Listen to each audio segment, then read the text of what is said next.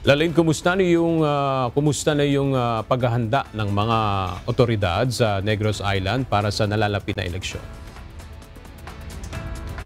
Ang ginagawang paghahanda ng Commission on Elections Negros Island Region para sa gaganaping botohan sa araw ng Lunes. Ito ay sakaling pumutok ang Bulkang Kanlaon mismo sa araw ng halalan. Ganon din ang paghahanda ng Philippine National Police katuwang ang Philippine Army dito sa isla ng Negros.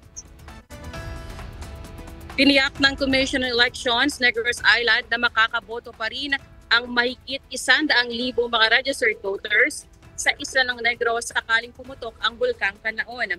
Ayon kay COMELEC NIR Regional Election Director Attorney Lionel Marco Castellano, isang Memorandum of Agreement na pinirmahan ng COMELEC at Office of the Civil Defense para sa contingency plan sakaling sumabog ang bulkan sa araw ng halalan sa Lunes.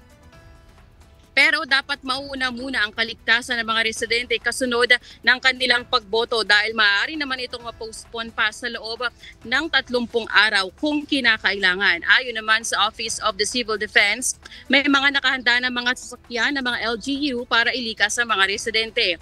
Nakalatag na rin ang kanilang mga lilipatang evacuation center. Sa araw mismo ng botohan ay susunduin sila sa kanilang evacuation center papunta sa kanilang polling precinct o sa alternative precinct.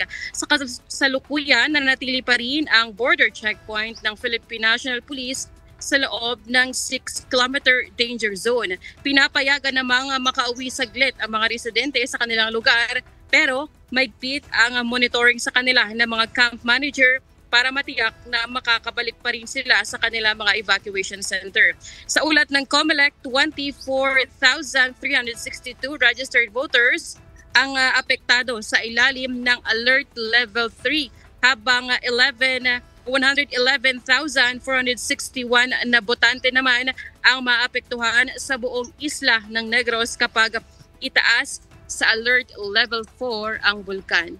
Yan man ating balita mula rito sa Bacolod City. Balik sa iyo, Aga. Maraming salamat, Lalaine Moreno.